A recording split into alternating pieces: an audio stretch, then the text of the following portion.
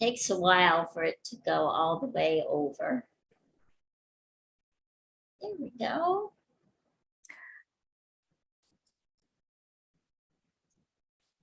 Good morning, everyone, and welcome to EWN Network. I'm Jean L'Oreal, and I'm here for a very special program that we have every month, and we get the joy of listening to Michele Landers, who is absolutely wonderful light worker. She is really a master in so many things. She's a certified hypnotherapist, and her numerology, she is the best to me. She's a numerologist. She brings in astrology. She doesn't claim to be an astrology master, but boy, she knows a lot. And I love the way she brings it into her I have to say predictions, but her look into the future for this month. So I hope you all enjoy her as much as I do. And I'm going to turn it over to her for all the new information that she wants to give us. So thank you for being here, and take it away, Michele. Thank you so much, Jean, and bless you. And just prior to this show, I had a very nice conversation with Jean, and I think she should give tips on staying happily married. I'm serious about that because I think she's got it down pat. But anyway, what we're here to talk about, and thank you for that introduction, Jean. What we're here to talk about the energies for September. And I have to say, when I was doing the September predictions and the energy, I was actually feeling kind of anxious because there's a lot going on. And so we're going to talk about that. And thank you, Jean. Yes, I am a board certified life coach, a certified hypnotherapist, a professional numerologist. What I know from astrology is a little bit that I've studied, and I glean a lot of information from some expert astrologers. So that's what I'm going to be sharing as well today. And I love how the numbers absolutely confirm or validate the astrology as well. So let's get started. So first of all, September is often a high point month, so to speak, of the year, in the sense that whatever the energy of the year is, September will always magnify that number. So why is that? Well, September is standing alone. It's a 9-month. And you may or may not know this, but whenever you add any number to 9, it will total that number. So as an example, if you added 1 to the number 9, that would equal 10. But what's 1 plus 0? 1. So when you add 1 to 9, the total is going to be 1. If you add 2 to the number 9, 2 plus 9 is 11, right? So 1 plus 1 equals 2. So adding 2 to the number 9 would be 2, and so on with the number 3 and so forth. So you kind of get the idea, right? So what does all that mean? So 9 alone is an expansive number. So whenever you add a number to 9, it's going to expand upon it. So it also means whatever the lessons, the gifts, or the challenges of the year, numerologically, it'll, in a sense, be in our face, so to speak, in September. So it's also a time, September, we're getting into that harvest season, and it's quite appropriate because it's time to begin to kind of wrap things up and start to prepare for, guess what? And I can't even believe I'm saying this, the energy for 2023, which is upon us. So at any rate, September, standing alone, is a 9-month, which is always, to some degree, it's going to be emotional, and it has some elements of endings to it. So more so than ever, we will hear about things ending or changing or transmuting. It doesn't have to be big things, but it'll be something. There's always some type of wrapping up or expansiveness in September. So we can expect that September is a month full of major vibrational shifts, and we're being bombarded with so much energy as it is. And in addition, which I found out, we have 6 major planets that will be in retrograde. And I'm going to talk just briefly about that. So we have Jupiter, which is expansion, Saturn, which is the teacher, Uranus, which is surprises, Neptune is dreamy, ethereal, secrets underneath the surface. We have Pluto, which is regeneration, transformation, rebirth.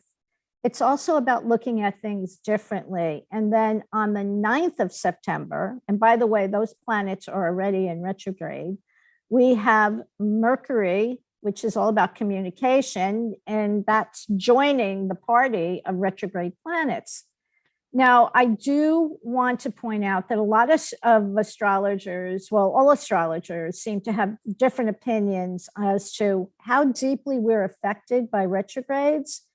But I think it's safe to say it will have some influence on our energy. And as I said, many of these planets have been in retrograde for a while. It's just that this month they've all gathered together. So I just want everyone to understand a little bit about the planets and how they, or what they share, what their desire, so to speak, is when they go into retrograde, because retrograde means like delving into past. So Jupiter's in Aries in retrograde, and that's expansion. So Jupiter in retrograde reminds us to look at the things we might be missing to further our goals and our dreams. So because Jupiter is expansion and it's in Aries. Then we have Saturn in my sign, Aquarius, and that's the teacher. So do we know what our karmic lessons are in this life? And if we do know, how are we doing with those lessons that we need to learn? Have we made any progress?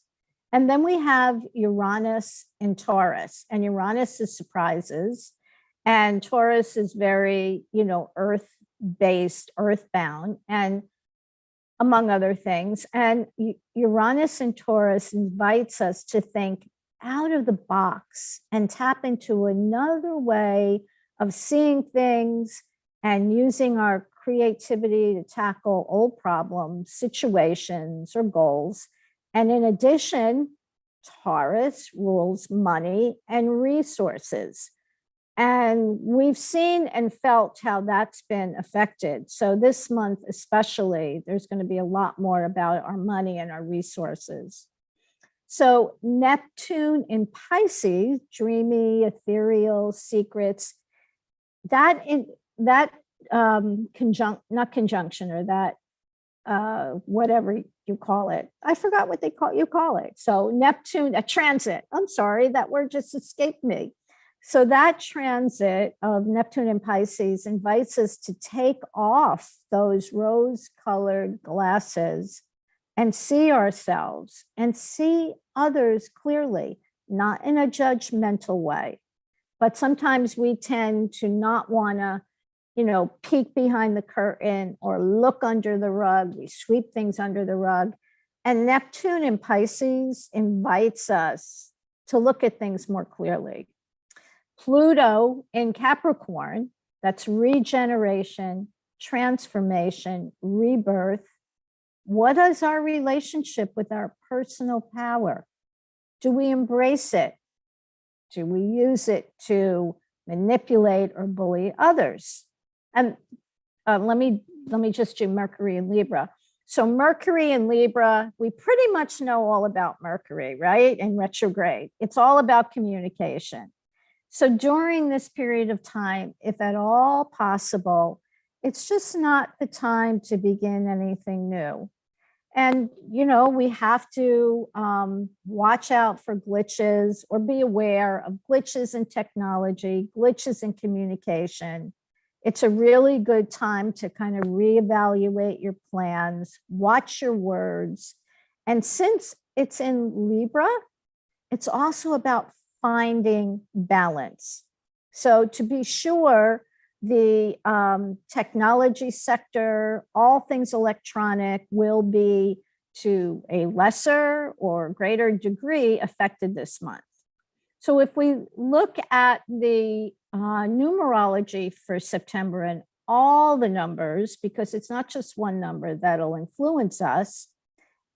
Just a reminder again, September is a 9 months, so it's a time of clearing up and clearing out. And I think for many people, I do think there's going to be a feeling. I feel a little bit of this anxiety, and I'm feeling like people are saying, I got to get this stuff cleaned out, or I just don't need this anymore. And it can also be reevaluating relationships that are just not feeling comfortable. And, you know, what do you want to do about that? So it gives energy to all that. And since 2022, as a reminder, 2 + 2 + 2, it's a 6 year. So as we enter into this 9th month of September, the aspects of the 6 are enhanced or enlarged. And we're going to witness a more focused attention on all the characteristics of that number. So if we add 9 of September to the year of 2022, of course, what we get again is 6. So 9 + 6 is 15. So we want to interpret the 15 first, then the 1 and the 5 and the 6. Oh, and I wanted to, again, last month, I think I did the same thing. I wanted to show you the tarot cards, but I'll talk about it. So the number 15 in numerology is about the self, number 1, wanting freedom and choices. That's number 5. With a total of 6, wanting to live with beauty and love and also to be of service. So that energy is going to be enhanced. More people saying, hey, you know, I want freedom to do what I want. I want more choices. I want to take care of my family. What's happening with with families, with other people? How are we going to serve other people?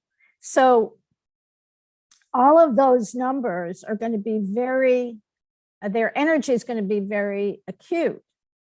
Of course, the opposite of those numbers, so those are all good things, but the opposite then of the 15 could also be having an attitude, and this, you know, will come about perhaps in the political arena, or just we might hear about it where certain people say it's my way or the highway, or even being antagonistic or warlike. So the other interesting thing is, because I always look at the astrology and the numbers and the tarot. So in the tarot, the 15 is the devil card. And I do have it, but I didn't show it. Sorry about that. And I know that seems like a scary card, but let's just look at that for a minute. The challenge of the devil card right off the top is usually addictions and attachments. And it's also about shame and guilt. It's about control. And it also represents being seduced by the material world, or it can mean living in fear. So we might find, and all of this applies, by the way, to us on a personal level, the world, and the United States. So we might find that things are said or done that are going to trigger us and our fears. But it also, the good news is, it can bring light to things that are shameful in this world. And another piece of it is also about imprisonment or feeling imprisoned. So more and more people are finding their voice to speak out. And there's going to be people speaking out in a good way and people speaking out in a challenging way. So again, it's all about balance. But since all of these numbers have their opposite or their yin and yang, the 15, the really good news is it can also mean breaking free of controls and being free and breaking bad habits. So the theme this month could be, what will we not tolerate any longer? And I think that's going to be a big theme this month, and more people speaking out. And that's been happening all year, but I feel it's going to be more intensified. So let's talk about the number 6. So in the tarot, the number 6 is a card of the Lovers. And the Lovers represent relationships, balance, choices. It represents decisions to be made. So what are those decisions or choices that are going to be made in September? And what effect will they have on us? Because there are going to be decisions that are going to affect us as a whole. So on a personal level, we also have to be very cognizant, very careful, because whatever choices we make under this influence is going to have probably immediate ramifications. It's kind of like you make that decision, make sure it's a good one, because it might come back right away, in a karmic fashion. So 6 is also about love and beauty. It's about service. It's about health. And so I think those issues are going to be top of mind. What are we going to do as far as our health is concerned on a global level? It's about our homes and family, and the issues concerning family and challenges is going to be a big topic this month. It's about our responsibilities, and along with the 3 2s of 2022, it really enhances female issues, and female issues having to do with home and family. And what's interesting about the number 6, and this was something I was taught and it just made so much sense. Just as an aside, the numbers, what they look like, the shape of the numbers, let me just shut off that beeping for a minute. The interesting thing about the numbers and letters in numerology, as I said, the numbers not only have a meaning, but their shapes mean something. The letters, which have numerical correlates, also the shape of the number, the shape of the letter says something, like a U. When I see U's, although they're very creative, usually, or often they can be writers, but the U isn't really balanced. So it can be kind of shaky emotionally. So that's just a little bit of information on how numerology is so all-encompassing and how there's so many meanings to everything. So getting back to the 6, what was I saying about the shape of the 6? It has fullness. If you see a 6, it has fullness at its base, and it often represents the womb. So I think there's going to be a lot of backlash about, I don't mean to get political, I'm just saying what I think is going on.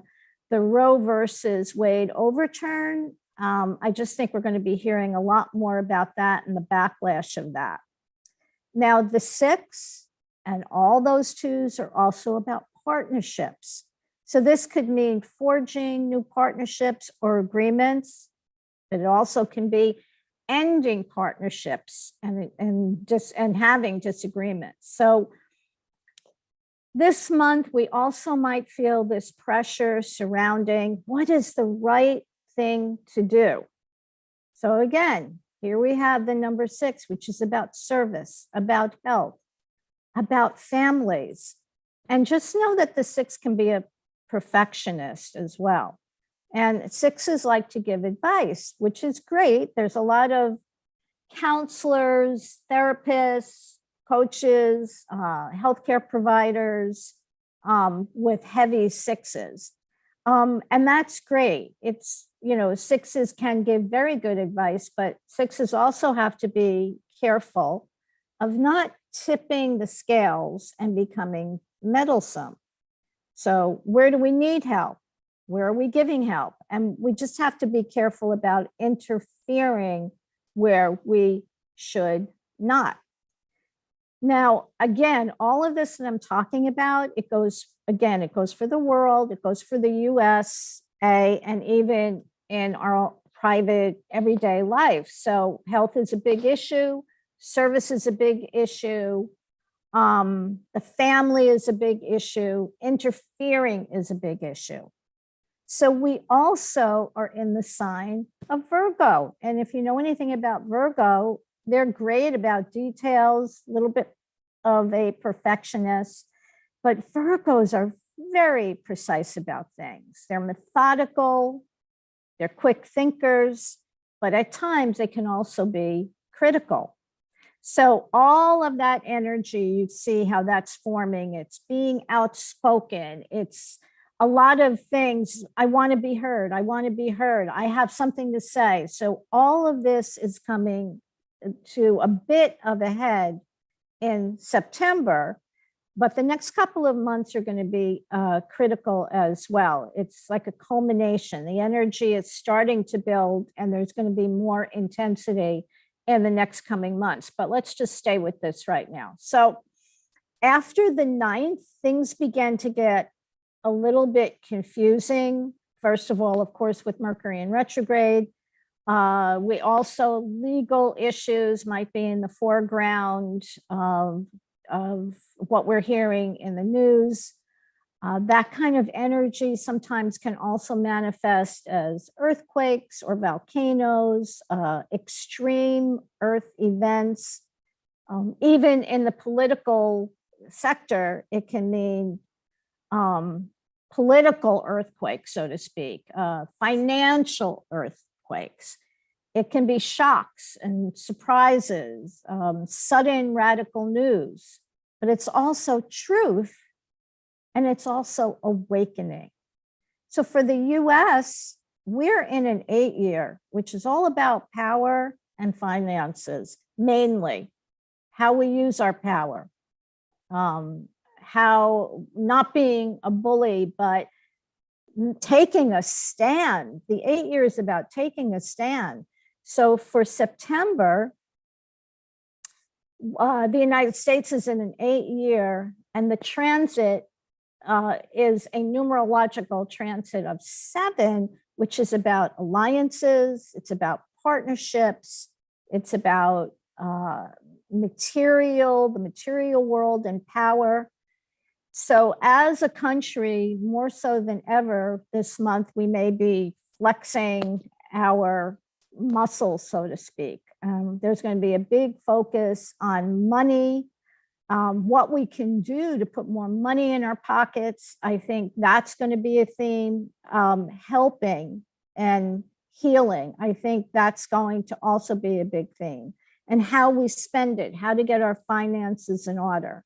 And again, it's about taking a stand, as long as we're not too aggressive. We need a balancing here. And it would be so great if we could start forming new alliances. But it's also about foreign powers, and foreign powers that might be interfering with us. So very importantly, it's about communication, the need to open up the lines of communication. And in trying to open up those lines, sometimes it might bring forward our enemies, so to speak. But on the flip side, it's all how we use this energy. It can be about diplomacy. Now, the 8th card of the tarot is strength. And if I had the picture of it, it's a woman holding open the jaws of a lion, but she's doing it very gently. So it's strength and courage and bravery with confidence, compassion, kind of a taming control, overcoming self-doubt. And it's also the 17th card of the tarot, because 1 and 7 is 8, and that's the star, which I love, because when I saw that, I go, wow, that's great. And I love that card and that energy, because I hope what it brings forth are the positive qualities that I talked about of the 8, and that will shine through, because the star card embodies trust in yourself, trust in the universe. And it also represents healing from chaos, feeling inspired to achieve your hopes and your dreams. It's new beginnings, it's analysis. So it feels like the US will be taking some kind of a stand, so to speak, about these issues and about asserting our power and about bringing forth truth. And again, we just have to be careful about overdoing it, about interfering where we shouldn't. So another piece of this, a big piece of this, is in some way we're going to be revisiting the past, or some occurrence of the past, or some issue of the past is going to come back around. And it's going to require us to dig deeper into facts and information and what they have to say. There also maybe talks about having to do with new original ideas, maybe how to overcome some of the shortages that we have with food, with grains, without agriculture. So it really gives impetus to new ideas shining forth, and again, this has to do with people speaking out. So on the 10th, we have a mystical harvest full moon in Pisces, and that's transitional and emotional. So the full moon in Pisces governs the unseen. It governs prisons, it governs hospitals, institutions. So how that's going to play out, I mean, that's one day, although the effects are a little bit before and a little bit after. And it's also kind of a drifty type of feeling, as well as feeling kind of hazy. And it's important during that period of time to ask ourselves, as I had mentioned earlier, taking off the rose-colored glasses, what illusions are we under? Like, where are we going? And it can bring some unexpected changes, but Pisces energy is all about increased awareness, creative energy, compassion, empathy. And if we really hook into it and we really attach to it, it'll give us inspiration to break away from the old, because that's what we've got to do. And that's really what the earth is doing right now, breaking away from the old to bring into the new. And unfortunately for some people, a lot of people, I don't know, but I heard a saying once, and I said, yeah, I can identify with that. Going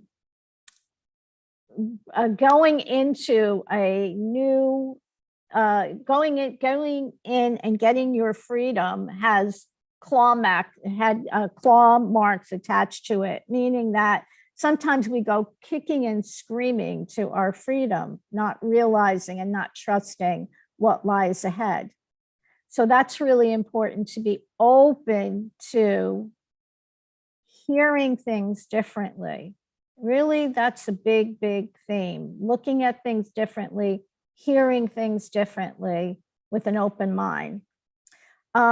This watery energy that's going on, unfortunately, still means a lot of emotional stuff, and it also means on the physical level, flooding, to continue in different areas.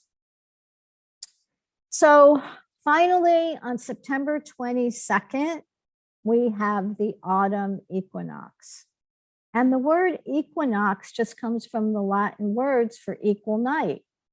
So, and that's, there's two equinoxes, vernal and autumn equinox. And it's about, the day and the night are equal as far as hours. So what's another word for the equinox? You could say balance. So the autumn equinox corresponds with the astrological sign of Libra. And the symbol for Libra is a scale, which is associated with, you guessed it, it's all about balance. So all of this energy this month seems to be directing us to take a good look at where we are, where we're going, or where we want to go, what needs to be cleared away, and how are we going to navigate letting those things go that need to be let go of. And this goes for a lot of our beliefs and our old ideas. How are we going to let that go for good? I mean, it's a wonderful time to consider what is no longer serving us and what needs to wither, because the trees are shedding what they no longer need, and so should we. So this month should prove to be quite an eye-opener in many ways. And so, as usual, we need to stay close to the people who share our ideas and our ideals. Excuse me, to stay as centered as possible. And also to send massive amounts of love to the world, to your friends, and importantly, to yourself. So that is the full enchilada, I think, for the month. And if there's more, I'll be sure to come back on EWN to talk about it. But I hope you found that interesting. And that kind of sums it up, Jean. Well, make sure can you hear me? Because I always myself and I forget. That was wonderful, Michele. Thank you for all that information. I'm going to have to go back and listen to it and rewrite and write down some of the things you said, because it was so immense. And we are this month, I think the next couple of months, there's just so much happening, isn't there? There's just so much. And I really love the way you said that we've got to start balancing ourselves. Terry and I were talking about that a little bit yesterday. I was telling her, a lot of people kind of, they mount the line. There's a line, what I feel, between the world as it was and the world as it should be.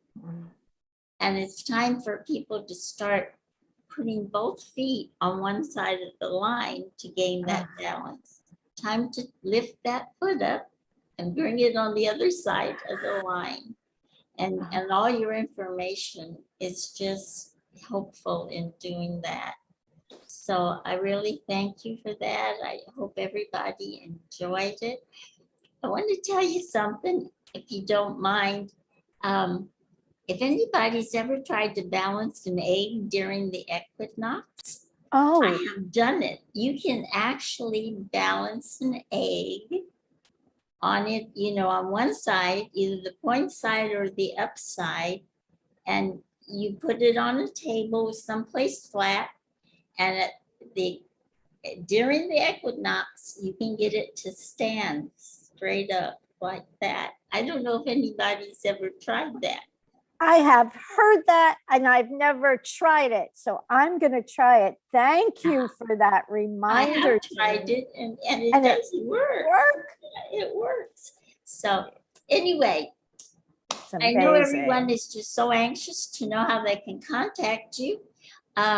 Where there's been some activity on the chat. So I have all the information listed on the web, but tell us how they can contact you. And by the way, everybody, if you don't know anything about numerology, her book is the best book you can Oh, thank get you. on it. And she has another book that I just dearly love. So look at her books and tell us, please, Michele, how can we contact you?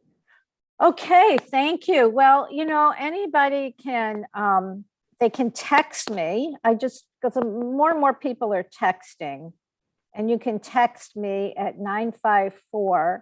954-444-6955, or you can email me at Michele Landers at bellsouth.net. And Michele is with one L. You put two L's in there, it'll never get to me.